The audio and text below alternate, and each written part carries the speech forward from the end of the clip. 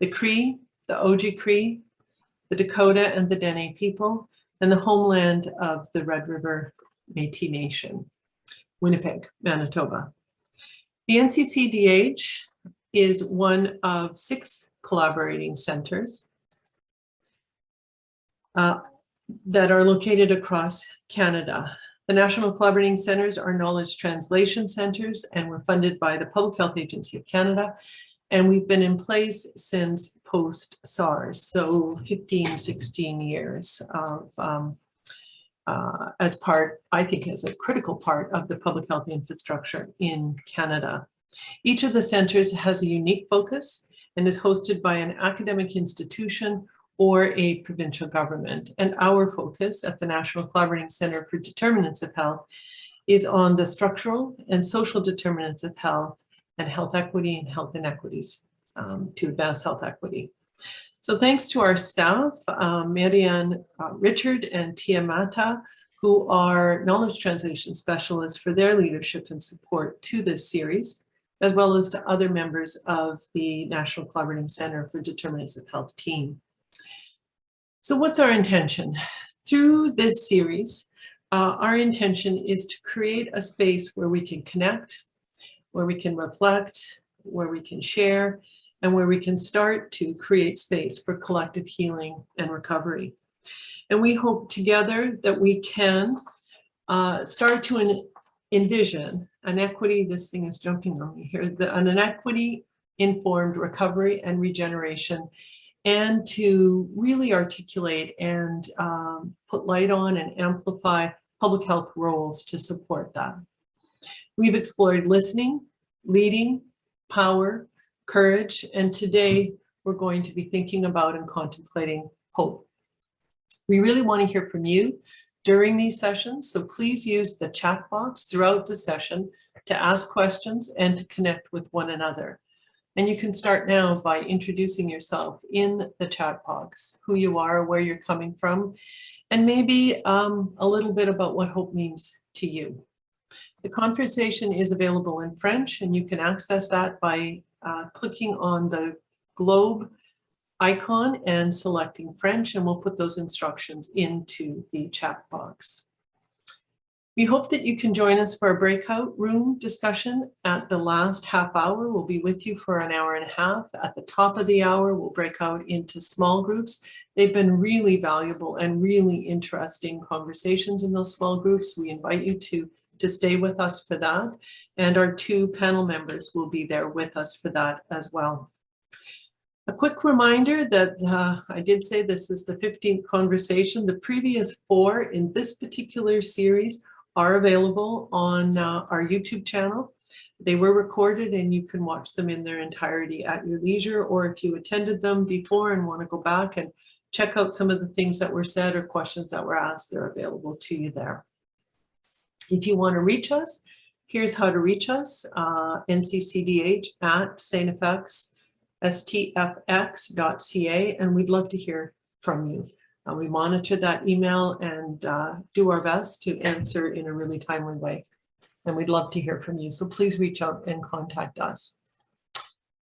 Okay, so today in our discussion, we'll discuss how the challenges we've faced offer opportunities for reinventing systems, reinventing society, and we'll reflect on how we can seize hope and how future generations can help to build a society that cares for all.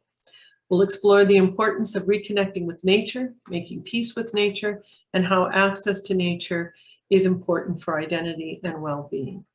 So as I said, you can start in that chat box to say what hope means to you.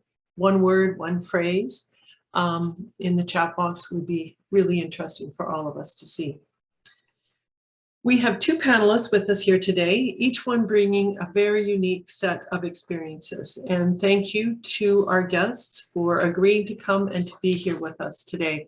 Jeff Masuda, Dr. Jeff Masuda from the University of Victoria, was planning to be with us. He's in Scotland, he's in Edinburgh, Scotland, with not great connectivity and is not able to join us today. I'm going to ask each one of our panelists, we'll get going with the conversation now. I'm going to ask them to situate themselves, to introduce themselves, And I'm going to ask the opening question, and that is, why is hope important for equity-driven, stop sharing, and open up the floor here. The question is, why is hope important for equity-driven recovery and regeneration? We had some comments and questions from you as you registered, but like I said, we really see this as a conversation and would like you to interact with us. So please use that chat box to talk to us. So Kate, Dr. Kate Story, I'm going to begin with you to introduce yourselves to this audience, and we're really happy that you're here. You hold many portfolios and wear many hats, and I think each one of them will be relevant here today. And then you can just go ahead and answer why hope's important from your perspective for equity-driven recovery and regeneration. So over to you, Kate. Thanks, Claire. And first of all, it's really an honor to be here. And we were just remarking beforehand how who would have thought there's this many conversations in this series, and that we would be where we are today. So it's a real pleasure. Good morning, good afternoon, and a pleasure to meet all of you. First, I want to just situate where I'm coming to you from and a little bit about me. It's always interesting over Zoom to try to get to know someone in these conversations. And so I am coming to you from the University of Alberta, Amiskwaciwa-Waskagan. I'm coming to you from Amiskwaciwa-Waskagan, or Beaver Hill Lodge, which is situated on Treaty 6 territory, or Edmonton. And that's a traditional gathering place for Cree, Blackfoot, Métis, Nakota Sioux, Iroquois, Dene, Ojibwe, Saulteaux, Anishinaabe, Inuit, and many others who have enriched my life since I moved to Edmonton in 2002. Prior to this, I came from the state of Indiana, and really want to acknowledge the Miami, Delaware, and Potawatomi and Shawnee people who really built the land and enriched the resources of where my life was built. I am a settler scientist and have been here, as I said, since 2002. I'm an associate professor in the School of Public Health, so a little bit about me professionally. I'm also a CHR and Public Health Agency of Canada Applied Public Health Chair.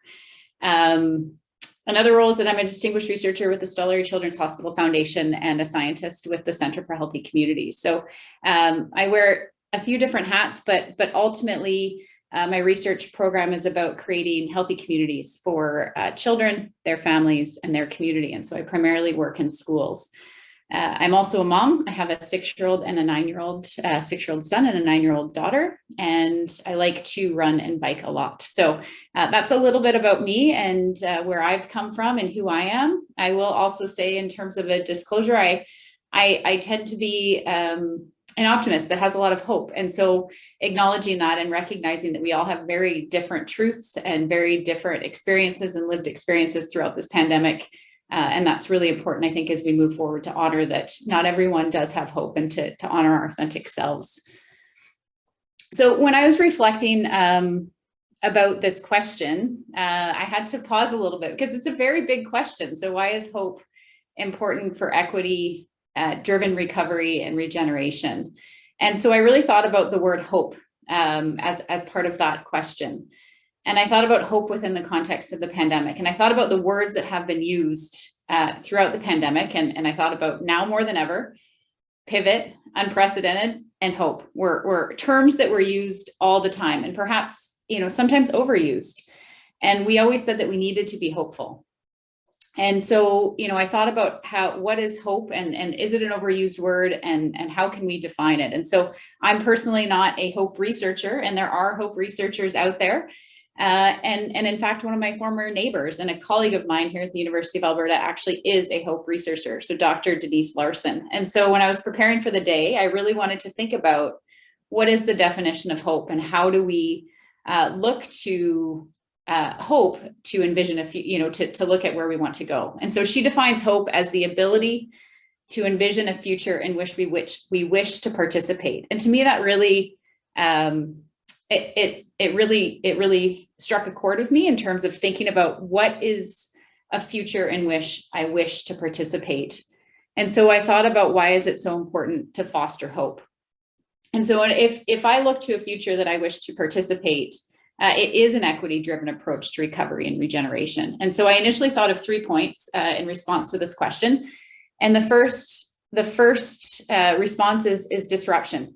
And so when I think about a future in which I wish to participate, I think it really requires disruption to achieve this goal of equity-driven recovery and regeneration. And so I think we can't do things better. We need to do things differently, and we need to challenge the status quo. And so I thought about that we need to disrupt systems.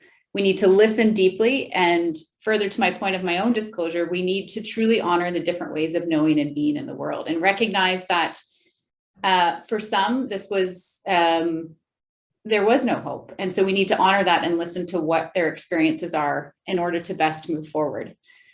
And then I also thought about the question, and I even want to disrupt the question. And so I would argue that we need to think about why an equity-driven recovery approach is important for hope, meaning that yes, hope is needed for an equity-driven recovery, but an equity-driven recovery is also necessary for hope. So flipping that around.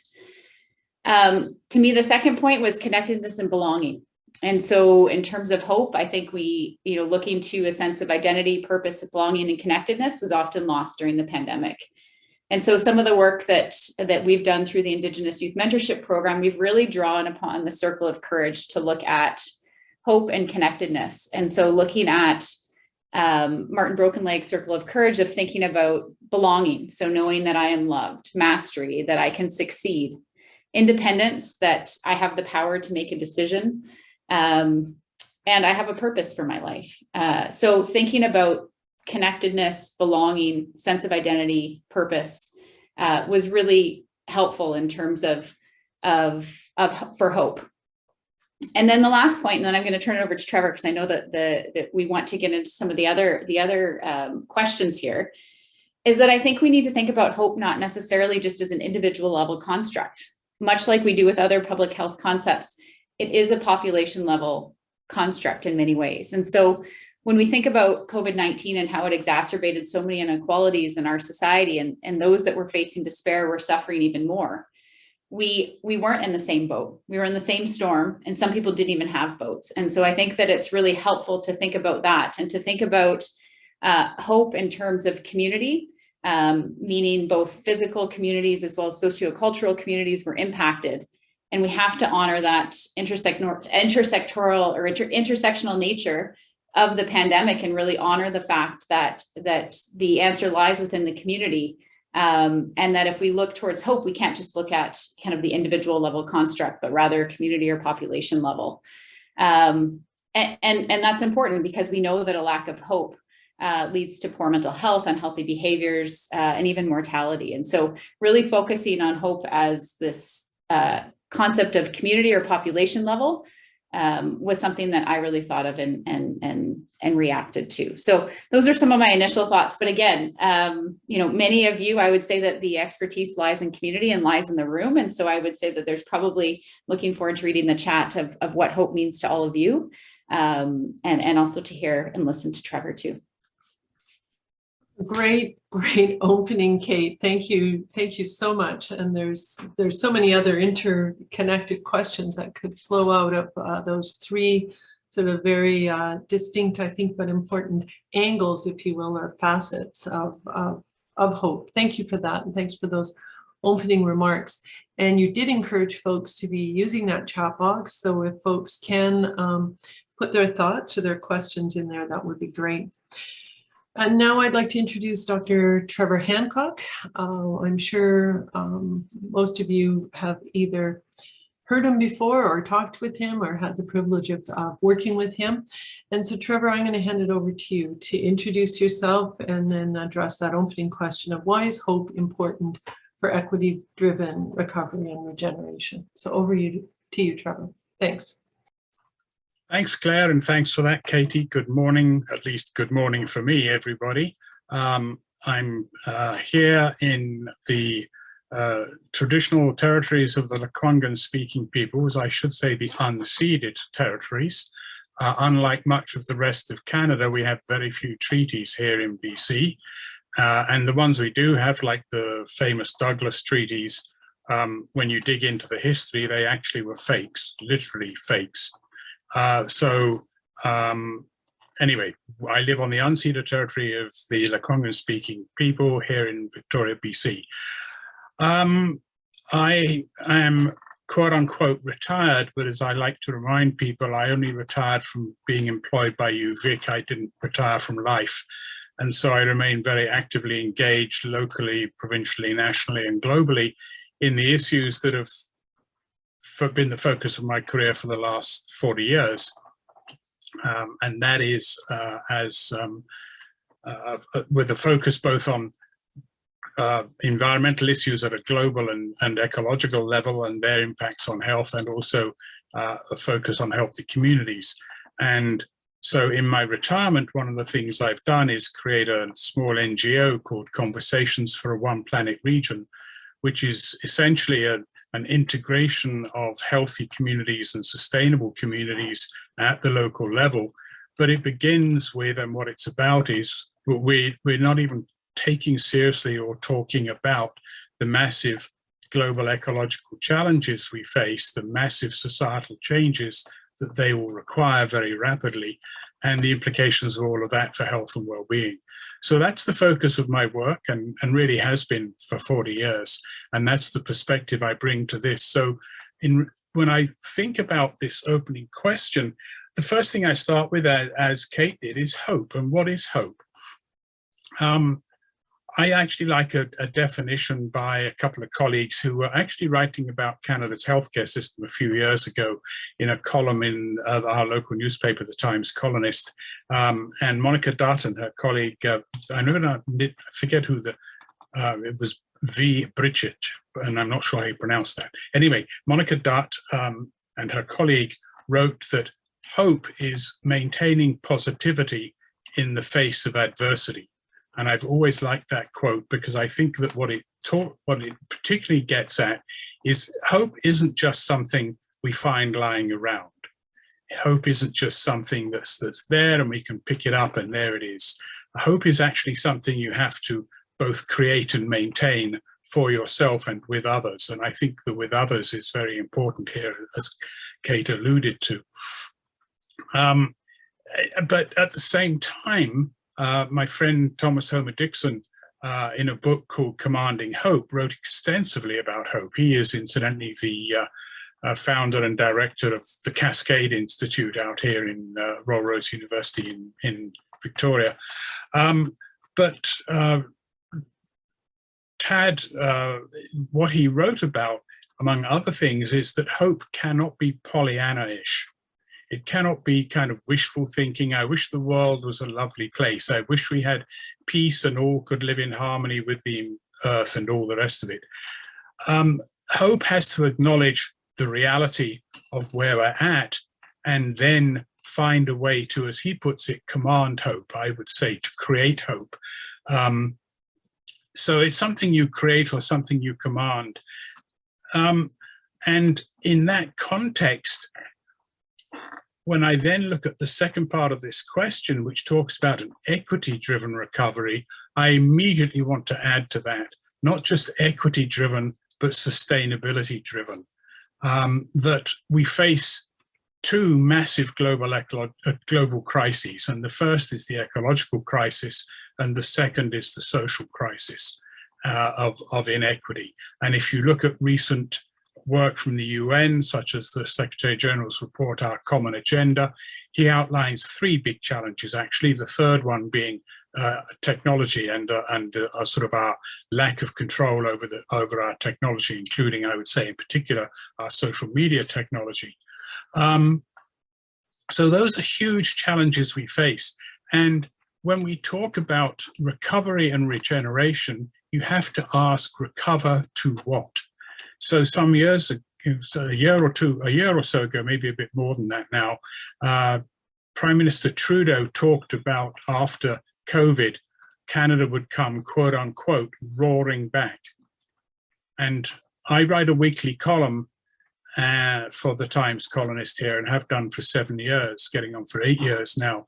And in response to that, I wrote a column that basically said, oh no, because the very last thing we want to do is to go roaring back economically to the same economic system that has created those massive global and local challenges of inequity and unsustainability that we face and we have to deal with. So we do not want to bounce back to where we were, because that was what caused the problem in the first place. And here, of course, I'm not talking simply about COVID any longer. COVID is only one, and in my opinion, frankly, a somewhat minor challenge compared to the massive challenges of unsustainability and inequity. So we're going to have to come to grips with these challenges, which means, first of all, you have to face them, acknowledge them, much as you would with the diagnosis of cancer. But then you have to say, okay, how do I create the hope here? What is the hope here? And where can I find it? And I would say the hope is not in bouncing back to where we were, but in springing forward to a new and better future. And it is the imagining of that new and better future that is part of our task. And you might want to, in looking at all of that, look at the WHO Manifesto for a Healthy and Green COVID Recovery, which was actually published in 2020. And so already in 2020, WHO was linking COVID and the recovery from COVID to a healthy and green recovery. And I'll just read you something that the WHO Director General said to close this sort of opening statement of mine in speaking to the World Health Assembly in 2020, May 2020. The pandemic, he said, is a reminder of the intimate and delicate relationship between people and planet. Any efforts to make our world safer are doomed to fail unless they address the critical interface between people and pathogens and the existential threat of climate change that is making our Earth less habitable. So he's also in that hinting at understanding that pandemics, we're probably going to see more of them and bigger ones and worse ones. And that is because of our disrupted relationship with the natural world. So where do you find hope in that? I would say globally, I'm generally pessimistic, but then locally, I become hopeful, perhaps not always optimistic, but hopeful that there's many, many good things happening at the local level. And I think as public health professionals working largely at the local level, finding and creating that hope at the local level and making it a hope about both equity and sustainability and a better relationship with nature is the task of one of the key tasks of public health in the 21st century. Excellent opening comments as well, Trevor, and a lot of a lot of things to think about and to think deeply about it. I'm going to come back to you in a second here.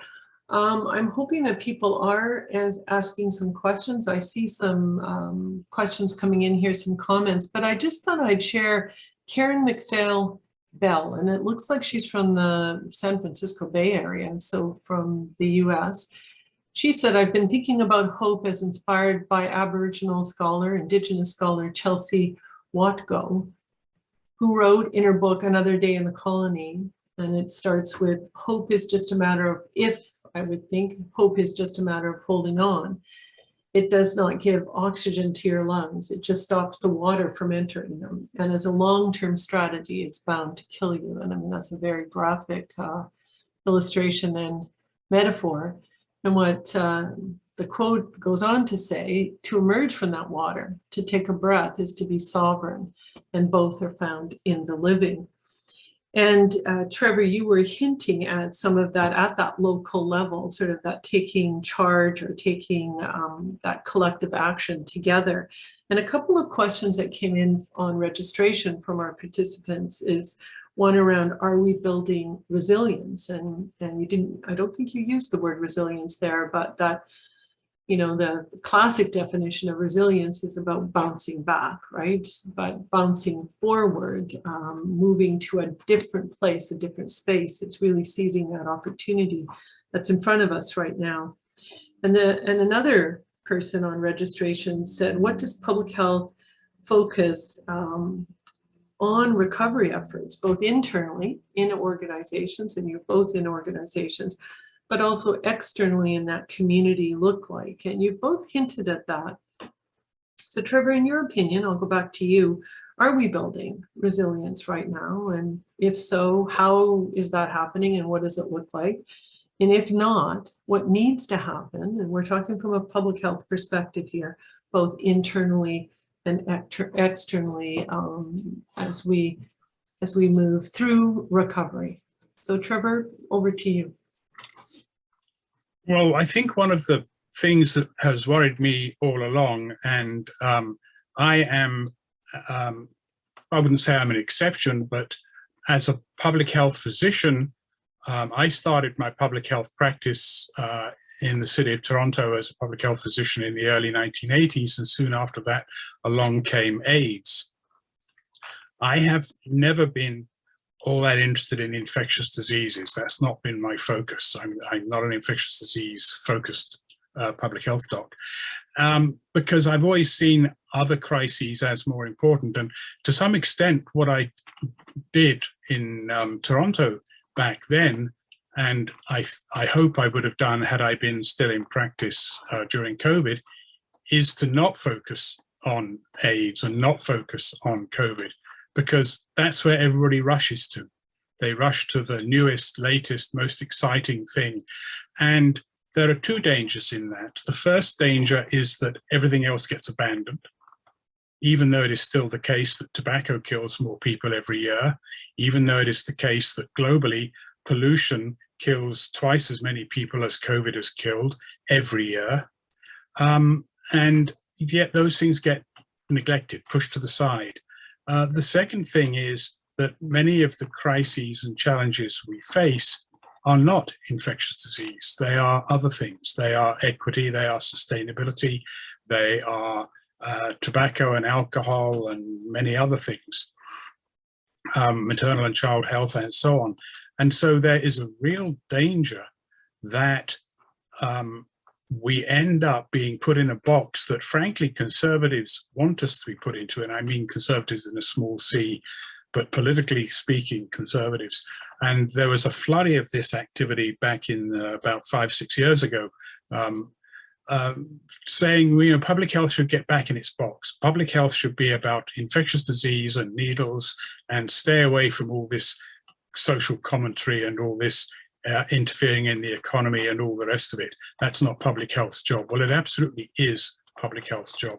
So frankly, I think one part of resilience in public health is saying we're more than just infectious disease. We're more than just the latest pandemic. There is much more to public health than that. We need to safeguard the other aspects of public health that actually have in the short, medium, and long term, have a larger impact than the latest infectious disease. Not to say we should ignore that, we obviously can't, but we need to build up a sufficiently resilient system that says we're going to keep separate some part of public health that does all the other important work of public health that has to happen.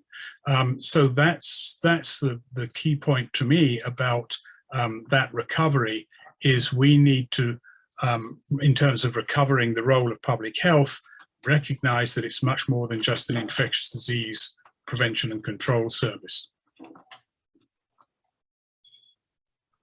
Thanks, Trevor. And you know, last week the Canadian Public Health Association held their annual conference, Public Health 2022, and we heard a lot about that, right? In that, and that's a challenge. I'm going to come back and ask you about the how in that. What are some very concrete tips that you could maybe provide to practitioners, to decision makers, to those that are in public health organizations about how to, you know, really articulate and, like you say, safeguard, but kind of break out of that popular notion.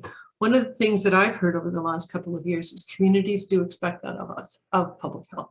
I think communities actually have a broader understanding of what that role could be than sometimes we do within the systems ourselves.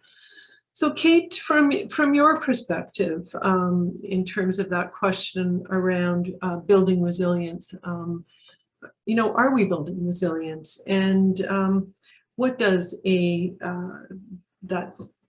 that notion, what does it look like in recovery efforts, both internally or externally as we move forward? You know, it's something that I reflect on in working with school communities, school system leaders, local schools, in terms of the settings that I work in terms of building resilience. And certainly it's something that we do with many of our projects focusing on the circle of courage as an approach to build resilience. But I also want to just comment on sometimes resilience is mixed in with a whole other host of quote unquote interventions. And I would argue sometimes that the interventions are just Band-Aid solutions to a system that's broken. You think about mindfulness in schools, you think about all sorts of other interventions that are added because we have this system that isn't resilient or that's broken, and it's creating a lot of despair, the opposite of hope for many, and a lot of challenges, both in terms of mental health, as well as physical health, emotional health, spiritual health. And so if we're looking to holistic health, and we can actually look at both mending the system so that when there are stressors to the system, like a pandemic, we don't have to add on something else. And so I think that we've in some ways, even within public health, started to apply kind of these acute solutions to a system that requires kind of a relook. And so that's why I was talking about disruption. Certainly in school communities and working with youth, they're thrown everything to fix the problem beyond just their primary role of education. And they are certainly, school communities are certainly a hub within the community. And so I do think that we are working towards building resilience. And I do think that resilience is important, certainly, in terms of looking at the work that we do and working with youth. But I think we can't treat it as a Band-Aid solution to a system that's broken. And that's where disrupting the system, I think, is so important as we look to recovery. And what can we learn from, what are examples that we can learn from that we're able to, that had a boat in the storm, that they were able to move through in different ways. Look at this from an equity lens. It's difficult to have hope because we're just going to continue to repeat some of the same challenges. So that's why I kind of flipped it, because I was thinking, okay, yes, we can have hope, but as Trevor mentioned, it's not something that you can just create, versus I think if we focus on an equity-driven recovery, it can build hope for so many of us, especially within public health. So I was reflecting on that, and as someone that works to build resilience with youth and focusing on that, I'm very cautious to often say we are already resilient.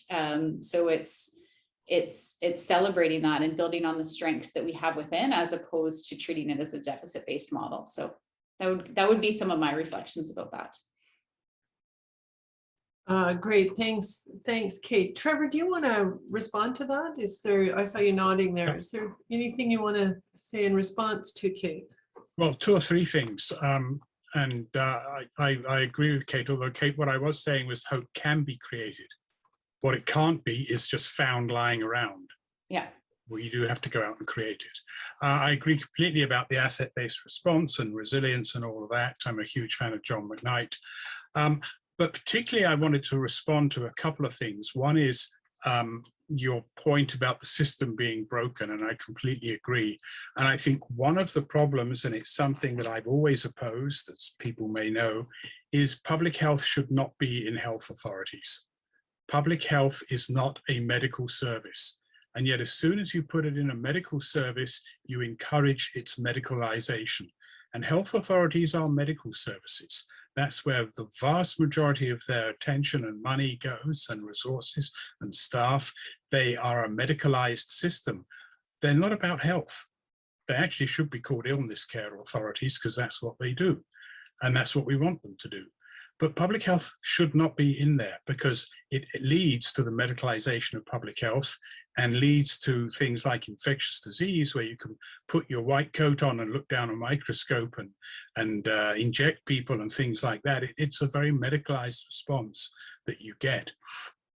Help, in my view, and I grew up in public health working in the city of Toronto, public health belongs in municipal government, because most of what makes people healthy is going to either happen at that local level in municipalities, in communities, or it's going to be federal and provincial policies in non-health sectors that drive health. So outside the healthcare systems. And again, the Minister of Health is not the Minister of Health. The Minister of Health is the Minister of Illness Care.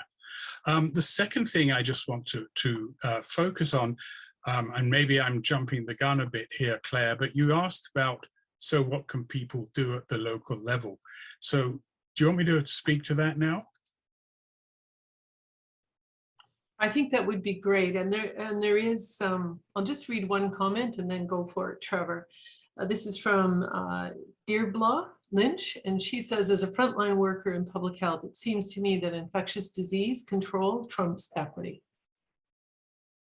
I think that's very supportive of what you were saying. Were it not for the passion and courage of staff, equity issues would be lost.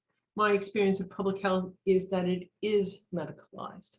So I think she's reinforcing, or they are reinforcing what you're saying, Trevor.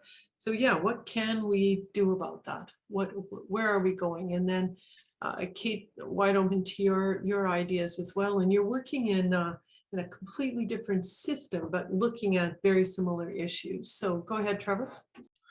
So what I'm going to do a little plug here, actually, because together with Margot Parks, I'm co-chairing the Conference Program Committee for the Public Health Association of BC's annual conference, which will be happening in November. And we are using that conference to try and reset the agenda away from COVID. That's part of the point. So our conference title is based on the theme for World Health Day this year, which you may or may not recall was Our Planet, Our Health.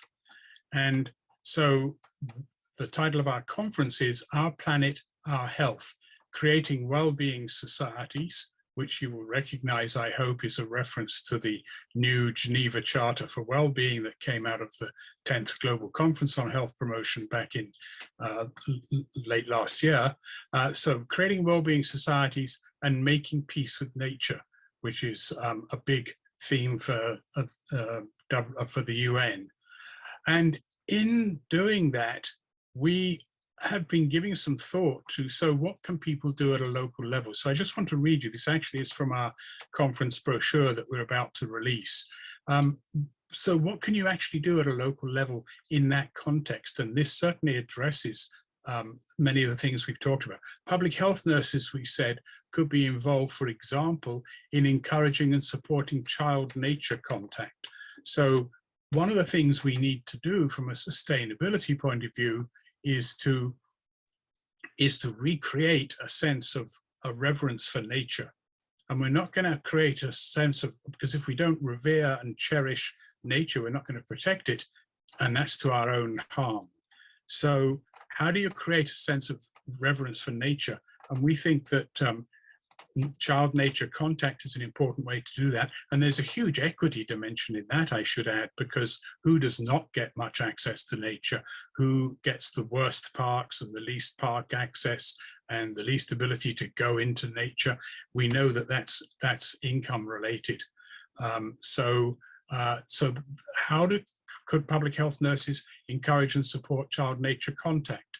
How could public health inspectors or public health more generally support nature kindergarten, which requires a different set of regulations to the ones we now have, which are sometimes inimical to nature contact and nature kindergarten. Another really important way, a large chunk of the ecological footprint at the local level is food. When the ecological footprint was done for our communities here in Victoria, it's about 45% of the ecological footprint is food. And it's a combination of land use and what have you. 3/4 of that footprint is meat, dairy, eggs, and fish. And we know that a high meat diet is both bad for health and bad for the environment. And so one of the things that we need to do as public health nurses, as community nutritionists and so on, is how do we encourage and support a shift to a low meat diet, which is a healthy thing to do. It's very consistent with the new Canada Food Guide, which if you look at it, is itself very consistent with a sustainability diet, such as is recommended by the Eat Lancet Commission on Sustainable Food Systems. Healthy sustainable food systems. So there's lots of ways in which, and again, you start to look at a low meat diet, it actually is quite expensive to do it properly and to do it well, or to have an organic diet or whatever. So again, massive equity issues in there. And there's lots of other examples I could point to. But for example, more and more public health inspectors should be involved in the work of creating healthy built environments, working with local municipalities on official plans. And there's been a big buildup of that in the last decade or two, but we need even more of it. We actually have talked about the need for what we would call planetary health officers. And we need to recognize and play on, and here's where a lot of hope comes in at the local level, that almost always, if it's good for the environment, it's good for health. And often, but not always, if it's good for health, it's good for the environment. So there are enormous health co-benefits from becoming a more sustainable community.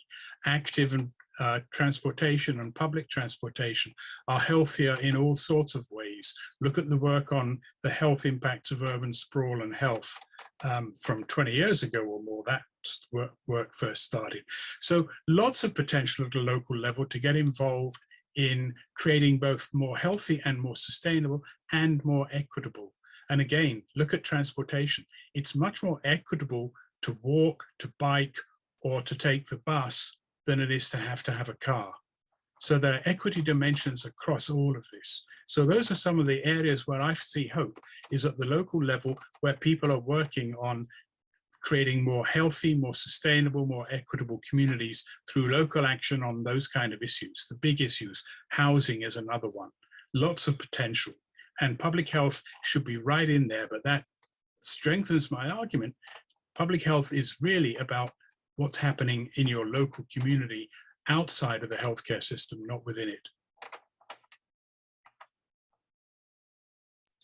Excellent comments, Trevor. And I've been around for a long time, and that erosion of the role and the focus, or the foci, of public health has been,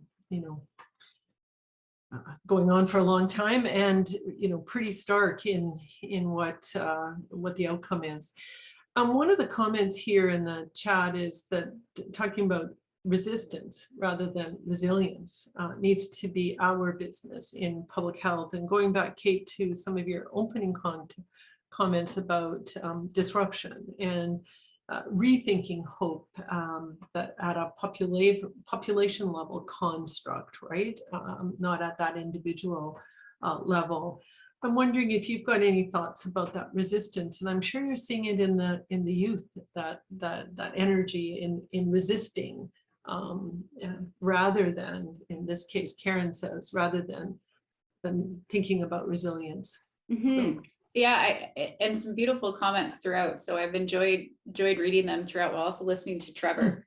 And I think that's important, because I think, resilience in some ways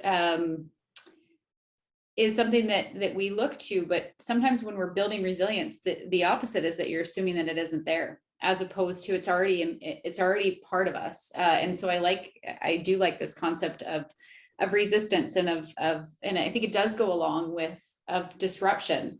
And one thing that I was thinking about in terms of what can we do at the local level, and I think this does speak to resistance, is that especially in public health, you look to statistics, or you look to what quote unquote truth is. And I even, building on Trevor's comment of what the pandemic is in the grand scheme of things. But when we look at quote unquote truth or lived experiences or reality, I think we really need to, and I know one of the series was to deeply listen, to understand, right?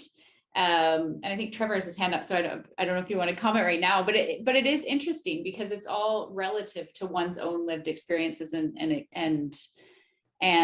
what their truth is. And so I think that at the local level, one thing that we can do within public health, especially if we look at this from a community perspective or from a population health perspective, is not just to rely on statistics, but to rely on a qualitative researcher. So I'm biased, but to really deeply listen to understand what people's truth is. So I hear your perspective, and to you, it is correct, 100%.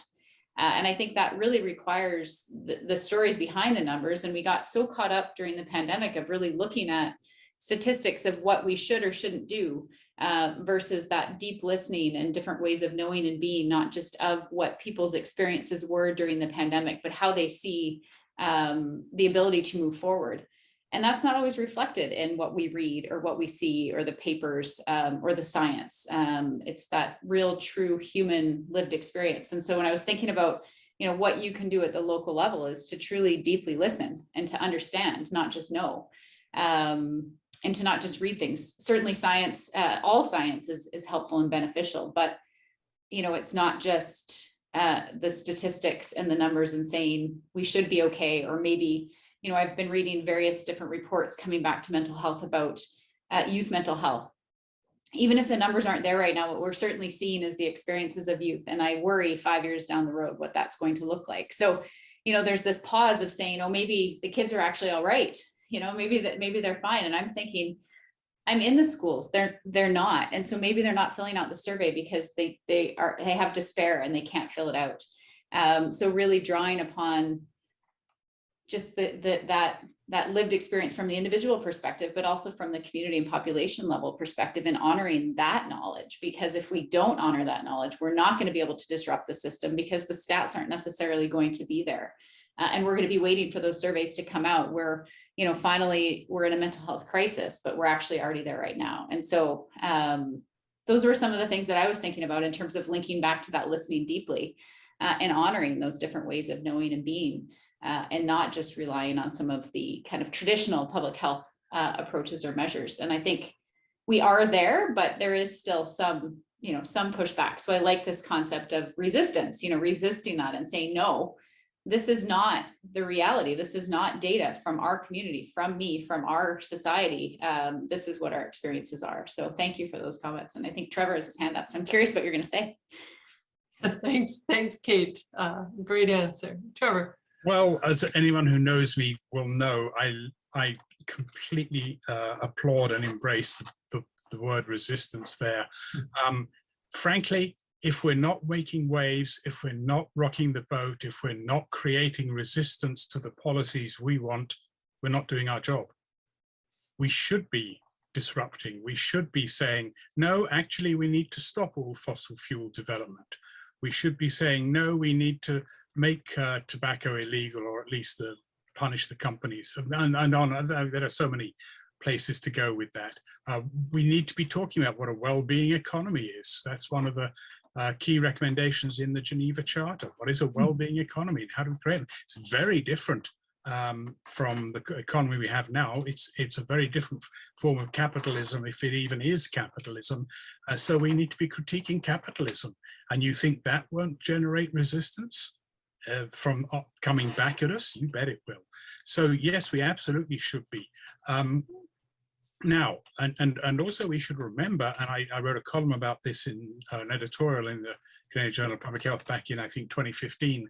The editorial was called Advocacy. It's not a dirty word, it's a duty.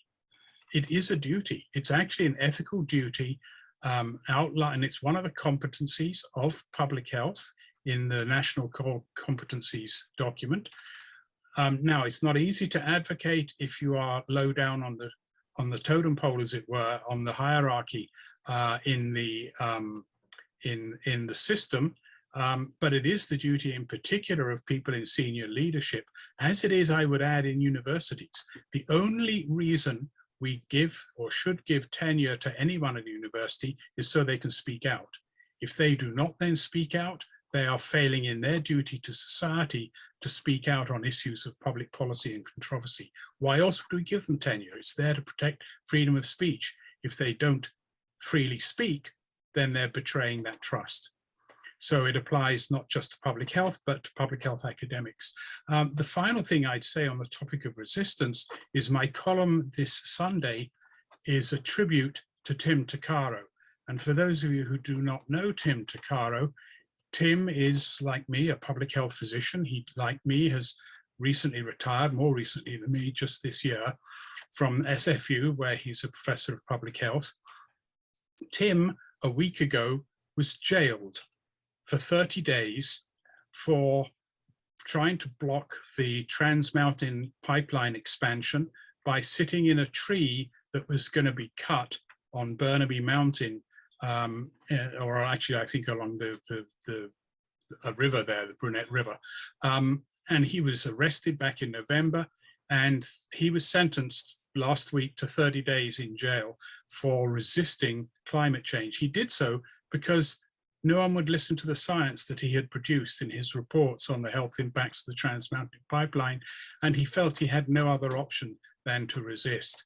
And I might add that the editor of the Lancet, Richard Horton, a couple of years ago now, put out a very powerful video in which he argued that physicians should line up in solidarity with Extinction Rebellion to protest against climate change and obstruct and object to climate change. And there's actually a group out here now that I'm a part of called Doctors for Planetary Health West Coast that is linked to that approach. We haven't done a lot of civil disobedience to this point, but we're certainly trying to resist. So yes, absolutely we should resist. And that applies not just to the sustainability and climate change issues I just talked about, it applies to the equity issues as equally. Thanks, Trevor. Thanks for that. Karen again put a really interesting comment here in the chat, and where she's saying is, Kate, what you're really pointing to is how research and science needs to do things differently. And I think your applied public health chair is a great story, Kate's story, of how you plan to do research and contribute to science in a very different way. She's suggesting art-based approaches in research and public health can enable an understanding of things we don't know about the communities we work with. I think that is so true, to make space for the human experience, and that doesn't fit inside an interview, a survey, or a focus group, or inside frameworks that mostly come from the biomedical sort of tradition, if you will, or that thinking. So Kate, what do you think about that arts-based approach, as a form of resistance, if you will, as a form of advocacy for a different way of viewing things, as Trevor talks about? What do you think about that? I use arts-based approaches all the time, so I have been, you would know that. So I've been strong, and I say that smiling because I do believe in different approaches to knowing and being, and how we approach and look at knowledge, and how we work to generate data together, as opposed to collect data, like they're apples just from a tree, right? So I think that there are different ways of knowing, and that's one example is arts-based approaches. So whether it's photo voice, or it's photo novella, or it's dance or theater, or making a quilt together, or Anishinaabe symbol-based reflection. There are all sorts of different ways, and so many ways of co-constructing knowledge. We have to honor different worldviews that everyone comes from. And so if we don't honor where people are coming from and working together to figure out how we can co-construct knowledge to share stories, then we're not going to actually have an idea of the full picture. And so, a survey is only valid in certain situations. And so I would say that we aren't doing service to the scientific community if we aren't looking at different ways of knowing, and that does include arts-based approaches. And that doesn't mean that it's not science. I think we're now beyond this point of kind of purist methodologists, and that there's only one type of science that's valid. And I think that we're seeing that, and I've seen the power of that in working with communities and working with policymakers, where they see when science is done well, regardless of the type of science, it is valid, it is reliable, however you want to define those terms. And it can represent so many voices in different ways that you're never going to get from a survey. And so it's extremely powerful for both those that are co-constructing the knowledge together, but also for those that see it and can actually see those stories and the realities and pictures and dance and theater and whatever it is. So some of the most wonderful knowledge products that I have are photo books from youth and communities. You know, when asked what the Indigenous Youth Mentorship Program means to youth, one youth said it means growing with love. You know, how beautiful is that to say that that is what it means to them, and to unpack that with youth. And youth are creative. You know, I think that that's the reality, is we're all creative. We all have creativity within us. But, you know, if anyone's ever given a survey or tried to do just like a straight interview with a 9-year-old, I mean, I have a 9-year-old and a 6-year-old, you're gonna, you know, how was your day at school? You know, you're often going to get one-word answers. When you engage in something that is meaningful to them and can create space for conversation, it can be quite powerful. So yes, Karen, I'm very much in favor, and I'm very passionate about it. And this is where I think I'm very passionate in all my work about youth voice. And so I think that we need to be creative if we want to have hope, and if we want to have equity-driven recovery, we need youth voice. And that, you know, I should have mentioned that earlier on, but hope, our future is our youth. And without their voices being heard in an appropriate way, that's not tokenism and is not just a survey, it's difficult to have hope, and it's difficult to have future, because, you know, I'm not going to be around forever. No one's going to be around forever, but the youth are our future. So we need to hear from them. And that requires different ways of knowing, I would argue. That's a great answer, Kate. And as a practitioner, I'm a registered nurse and began my career in a one nurse office as the public health nurse for a number of communities in rural Manitoba, using arts-based approaches to practice, I would also suggest would be something that would be really important. And Trevor, you know, I was around in those early days of the Healthy Communities movement, if you will, and there was a lot of creativity in those coming together, that movement building, social movement building that occurred then. And just as we're going to go towards a small group breakout, and Kate and Trevor are staying with us, they'll be in a small group, each one of them, and they'll come back and give some final comments after we have 20 minutes in a small group. Trevor, what do you think about that arts-based approaches? And Irv is with us, Irv Rootman is there, and he's talking about strengthening health promotion. So is there a connection or link you can make there? Well, 2 or 3 links. First of all, I'm an artist. I'm a dancer, have been for 40 years. I'm a singer, we sing. I am the Green Man. I both play the Green Man, but more importantly, I am the Green Man in our Mama's play and in festivals.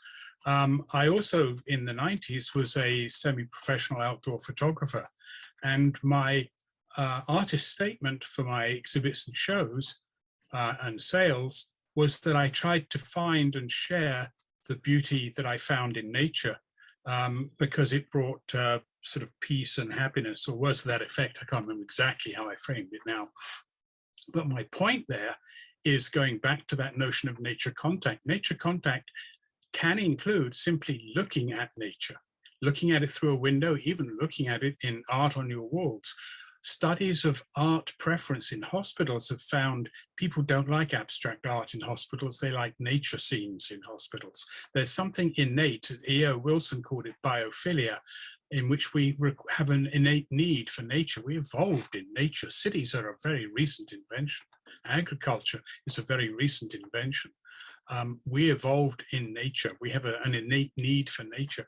And when you do that, it hooks into another point, and I saw that Tia posted this in the chat, an article that I'm part of a global working group called Waiora Planetary Health. We have a strong focus on both Indigenous values and approaches and on spirituality and the importance of spirituality. So a reverence for nature, is that different from a sense of spirituality when you stand in that forest? I don't think so. And so using art to connect people to nature and doing it not just for them out there, but for yourself, can be really powerful and really important.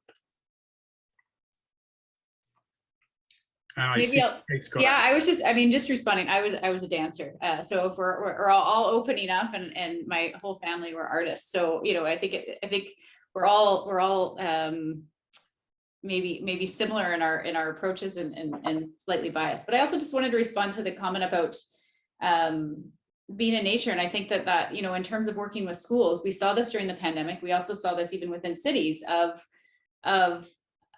this willingness to embrace a different way. So outdoor classrooms. I mean, my children both have gone to Forest School, and you see the connection there. And it is certainly an equity-driven approach, because when you're outside and you are together in that space, you know, classrooms can look very differently. And then, you know, you're not responding to how schools are different or structures, and how people react, and opening spaces within our cities for people to be. Especially given, you know, during the pandemic when things were so tight, and so to have that possibility. So yeah, so I think we have a lot of artists with us today, and I think that it's refreshing. And this is where I think I see, you know, a little bit of the disruption, that there's more and more people appreciating that, because they've been able to read it and spend time. So even my colleagues that, you know, are big fans of the original RCT, I've been able to slowly shift their minds that an RCT can also be just a real community trial, not a randomized control trial, and that we can honor different ways of knowing. So I think I'm seeing that today, and that gives me hope. So it's wonderful to read the comments that so many people are excited about, you know, looking towards these types of things. That's and great. I know you want to get to your small groups, but I do. I just want to share something, because somebody commented in here about very amateur watercolorist. One of our problems is that notion that if you can't do it at a professional level, you're not really an artist, and you shouldn't share it, and you shouldn't, you know, and we humiliate people, and it's ridiculous. And there's a Maasai proverb, at least I was told it's a Maasai proverb, I've never actually tracked it down, that I love. If I can walk, I can dance. If I can talk, I can sing. And I think we need to sort of embrace that and say, we're all artists. I mean, humans have made art at least for 70,000 years. That's how long, that's the oldest art. The oldest musical instrument is 40,000 years old, and it was a very sophisticated instrument then. So obviously it was a whole lot older as a tradition. It's inherent in being human to be an artist of some sort, and just embrace it. You're not going to be Rubens or Picasso or I don't know, whoever, but that's not what it's about. It's about having fun and expressing yourself, and doing it with other people helps a great deal, because they're probably as bad as you. I always told people when we did vision workshops, no adults draw better than a 7-year-old child. So fine, go ahead and draw like a 7-year-old child. That's how I draw. Yeah, thanks, Trevor. And I think I was in one of those workshops, and you've just taken us beautifully, nice segue into spending a bit of time in a smaller group where you can actually talk to each other. And Karen's saying, I love how the conversation is turning to look at ourselves as public health promotion practitioners, researchers, and that critical self-reflexivity. And Trevor, being generous with ourselves, being generous with what we have and what we bring to that. So I'm going to ask Mini-Ann to move us into the small groups. We'll be there for about 15 minutes. Then we'll come back with some final comments from Kate and Trevor. Fabulous conversation. Thank you, everybody who's been with us, and we'll see you in the small group. And just if you are not getting pulled into a small group, it just means that you're in the main room. So don't go anywhere. It's okay. So I'm sending everybody now. Canada was very good. Globally, the massive problem was the equity problem, and remains the equity problem, that people in low income and middle income countries have not had access to the vaccines, and that is a huge ethical and socio-political problem that has to be addressed in future. But I think that's one of the things that gave me hope. The other thing I'd like to maybe shift it a little bit. I mean, another thing that gives me hope, incidentally, is all of the young people who have come together to fight against climate change and call for economic change and social change and all the rest of it. One of the things that I do when I talk with young people, which I occasionally get to do, is I like to start with a book title, actually, from Naomi Klein, who wrote a book a few years ago about climate change and capitalism. And it was called This Changes Everything. And what she was talking about was climate change. Well, of course, the ecological challenges that I'm talking about go well beyond but encompass climate change. And the need we have to redo everything, to rethink everything. We have to rethink and change our values, our economy, our way of relating, our relationship with nature, on and on and on. When you have to change everything, as that book title says, then it is also a wonderful opportunity. So the younger generation in particular, and the burden, and it is a burden, falls on them of what we have done as a society for the last 70 years. The Anthropocene, incidentally, the starting point for the Anthropocene is 1950, suggested starting point. That's when I was born. Actually, I was born in 48. So this has only been one lifetime. And in that one lifetime, we have created massive, massive ecological and social change. The young people today and the generations, the next generation or two, are going to have to deal with that. But the good news in there, the hope, if you like, in there, is that they have the opportunity to reinvent everything. And that's a remarkable opportunity. And I'm seeing them, I think they're capable of doing that, and they can do that. So that fills me with hope. Thanks, Trevor. Thanks. And that's a beautiful opening and move to Kate. So Kate, what gives you hope? And I'm going to encourage people to keep putting in the chat what gives them hope. Kate, over to you.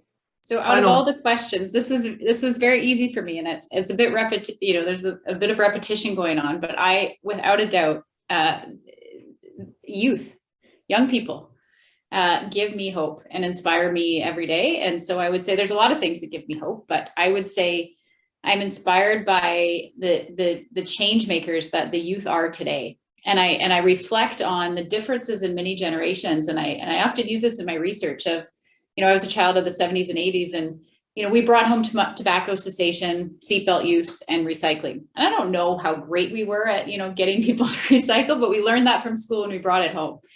But youth today have moved so far beyond that. Their voices are so powerful. They are so passionate, and they are change makers, and they are changing things for themselves, for their peers, for their schools, for their communities at just an exceptional amount that I haven't, seen, having worked in schools for since my mom was a teacher. And so I remember being in schools and working with youth, even when I was, in the 90s, teaching dance and art and things. And so seeing youth now are just, I am very inspired by and very hopeful, I would say, for the future, because of the rate of change and the rate that they are disrupting things, and not, allowing things to just move forward. So that's an easy answer for me, as youth and the future generation give me a lot of hope. And I think that they will push us.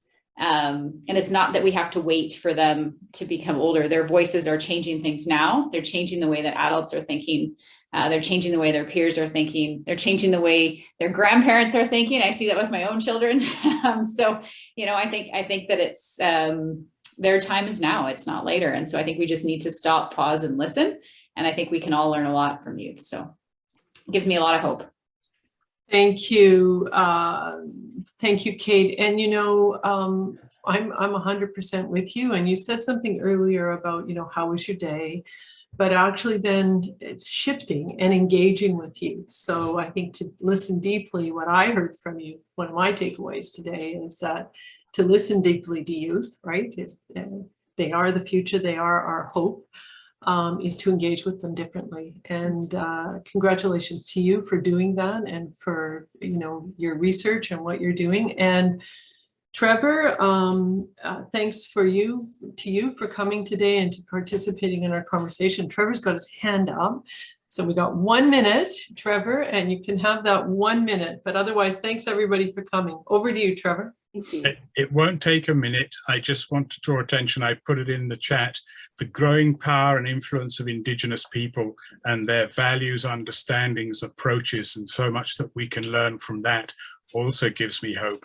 And it's very interesting to see in a lot of recent UN reports how much that is a feature, as well as what we're doing here locally, provincially, and nationally. It's early days. We've got a long way to go, but I think that's very promising. And the work that our Waiora Planetary Health Global Working Group does is a small piece of all of that.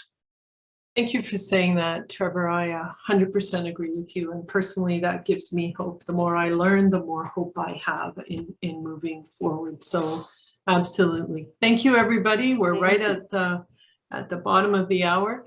You will get an evaluation from us. Please give us your comments. Stay in touch. I said NCCDH at STFX. STFX, so stfx.ca. Give us a shout if you've got an idea, and check out our resources. Thank you, everybody, for coming, and we'll see you soon. Bye now. Thank you so much. Bye-bye. Bye. Bye, everybody. Bye now.